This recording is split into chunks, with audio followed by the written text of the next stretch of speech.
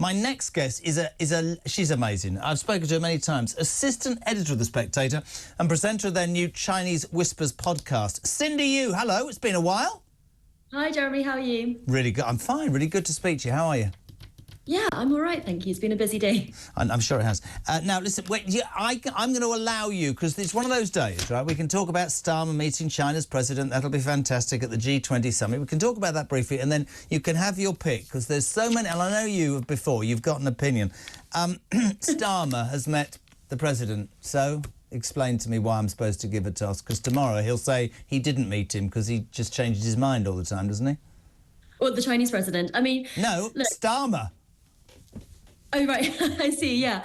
I mean, look, with Starmer, you know, from the British perspective, we do need to be meeting China because China is the world's second largest economy. You know, there's no point wishing it would go away or wishing that the Chinese Communist Party didn't run an authoritarian regime there because, frankly, that is the world we live in. And so for Britain, we do need to talk to China.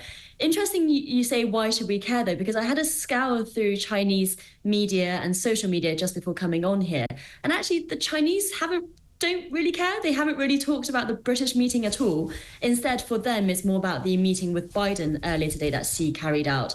So there is a definite asymmetry here where, you know, it's front page news for us here in the UK, but actually for China, all they care about is Trump, Trump, Trump, what happens with the US now. Well, I was going to say, that's obviously the next minute, because it's interesting. Biden seems to be... I mean, listen, you work at The Spectator.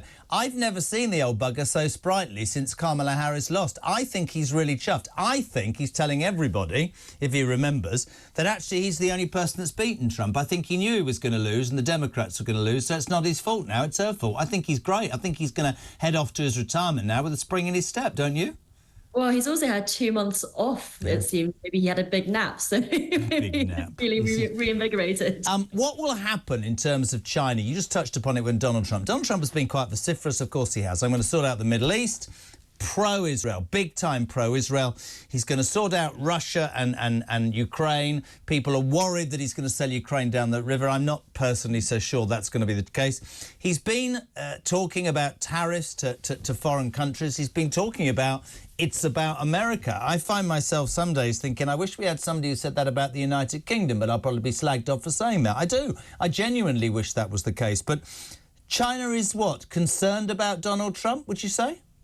Yeah, I mean, to be honest, before the election, there was all this discussion about which leader Beijing would prefer to govern America, and actually both have their ups and downs. Joe Biden continued a lot of Trump's trade tariffs and actually intensified them in terms of pushing out Chinese renewables and in terms of export controls on basically these advanced semiconductors that go to China. So in that sense, Biden's actually not that much less hawkish than Trump. But with Trump, he's unpredictable. You know, he is totally non-ideological. His approach to foreign policy isn't because he's a massive Democrat. We know actually that he's not. In fact, he's praised Xi Jinping in the past for his policies on ethnic minorities, for example, in Xinjiang, saying, oh, my God, these camps, you're doing a great thing because you're such a strong leader. You know, he's not a Democrat in that sense. But he wants a good deal. He's putting the American people first, the American economy first, and he wants a good deal. In some ways, that's unpredictable because you never know how far he's going to go, what leverage he's going to use. At the same time, the Chinese understand that cynicism. You know, the Chinese understand that kind of realism. And in that sense, you know, they know that if they can give Trump a good enough deal, they might actually just be able to keep him, at least keep the worst effect of him contained. So it's all to play for at the moment. But definitely Trump is going to give the Chinese a run for their money. And you can see everyone around the world kind of gearing up for that. I think it's really interesting when you consider that a man who is quite obviously flawed as he is, and I, of course, am always behind the eight ball. You know that from when we worked together before. But, you know, as I watched the sort of election unfold, I saw these massive names, Oprah Winfrey, Katy Perry, all these people, Lady Gaga, Jennifer Aniston coming out for Kamala Harris. Do you know they were all paid? Do you know this? I didn't know that. They were all paid by the Democrat Party. And what I found astonishing about the American people was they went, I'm not being told by a billionaire actress or bloody media mogul how I feel about the cost of gas or the cost of bread or the immigration crisis. But isn't it extraordinary, and this has to be a talent of Trump's, that he's also a billionaire, egotistical gob, nearly I said it, right? but for some reason, he resonates with them. Whatever you think about Donald Trump, that is an extraordinary skill, isn't it? No, I totally agree. I mean, it's similar to Boris Johnson in this country. I think the comparison between Boris and Trump is too often overdone just because they both have bombastic personalities and blonde hair. At the same time, Boris is also someone from that kind of class of people who managed to speak to a different class of people. You know, when you think about his 2019 victory, winning over the Red Wall, Trump has done a similar thing twice. And the Democrats totally, they totally screwed it up by precisely as you say, if the cost of living is the number one issue for people, and then the second issue is immigration related to the cost of living, do not get people who do not have to deal with these issues on a day-to-day basis to make your case as if, people are just sheep to be led by whatever celebrity that they like. So I do think in this sense, the Democrats actually have a lot of soul searching they need to do of why they basically threw away this election. Did they throw it away or what? And I can see flaws in Donald Trump, but I do find myself, as I hear a politician talking about, what he believes is right for America, I sort of crave a conviction politician here who is brave enough to say, right, this is my mantra. If you vote me, and this is what I'm going to do, there'll be highs, there'll be lows, there'll be good, there'll be bad. Come with me on this journey and faces up. Stands up to his detractors and listen, we always roll on about Margaret Thatcher. She did it, but in the end, the 400 people in her party, she'd sacked them all, so they got rid of her. That was always going to happen, right? The same with Blair. At least there was a conviction politician. I don't know. Look at Starmer. How do you say Uighur Muslim? Uyghur, how do you say it? Uyghur, yeah. Well, how do you say it? Uyghur. Well, that's the English pronunciation. So I've had a text in. This is interesting. So I'll send you this. Is Starmer a hypocrite for meeting Jinping after previously being outspoken on the persecution of those Muslims in China? He didn't raise it at the meeting. He said in the past, the appalling persecution of the Uyghur Muslims in China cannot continue. Is he a hypocrite, Starmer, for that today? Look, politics is about making compromises. You have to work with people that you disagree with, especially in the international sphere, let alone in domestic politics where you have to deal with opposition leaders. In an international sphere, as I say, you can wish that the Chinese Communist Party wasn't governing China. You can wish that China wasn't the second largest economy in such an important country. That only gets you so far. And then the next step is... So even if you find it disturbing, you can't turn a blind eye to it, is what you're saying, right? I think, you know what? So, you brought up Margaret Thatcher, Jeremy. I think she's a really good example of this. She is, as you say, she was a conviction politician. She was clearly a massive Democrat and believed in liberal values. At the same time, she gave Hong Kong back to China. Why was that? Because she was also pragmatic.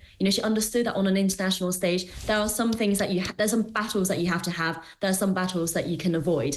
She also dealt with China in a really interesting way where she carried a big stick, but she does so quietly. So she would criticize and challenge the Chinese, but behind the scenes. And she wouldn't go touting what she said in front of the media in order to get brownie points for being such an iron lady, because she knew she was. She didn't have to prove that to anyone. And the Chinese really respected her for that. We know this from diplomatic readings from the time, that actually the Chinese liked that she picked up these issues behind the scenes, but didn't then go mouth off to journalists about it. So I think that's something that modern politicians can learn a lot about. Obviously, it's difficult in the era of 24-hour news. Talking about politicians today, just to finish, it's fascinating. I love talking to you. Let's talk about Sir Keir Starmer. Obviously, you work for The Spectator. We haven't spoken for a while.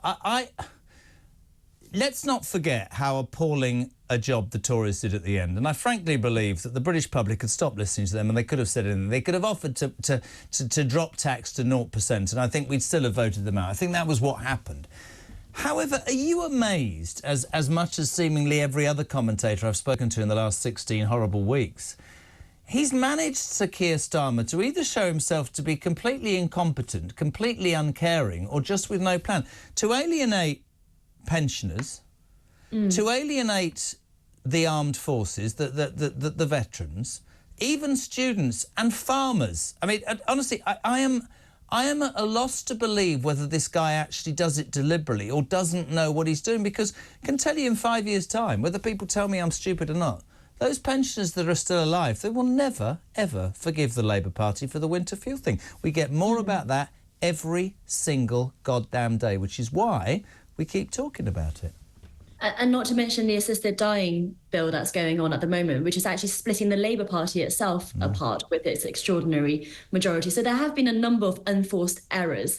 Now, why has that happened? I mean, I think it's probably because they weren't really put through their paces before the election, because, as you say, the country wanted to get the Tories out so much. Keir Starmer could have, marched down Whitehall naked and probably won the election. Oh dear, what a terrible thought. Oh dear. Yeah. But you're right. He didn't have to put any meat on the bone. Everybody's now saying, but he's lying. He didn't tell us that. Didn't need to bloody well tell you that, because the Tory party would have lost to anybody. I genuinely believe that.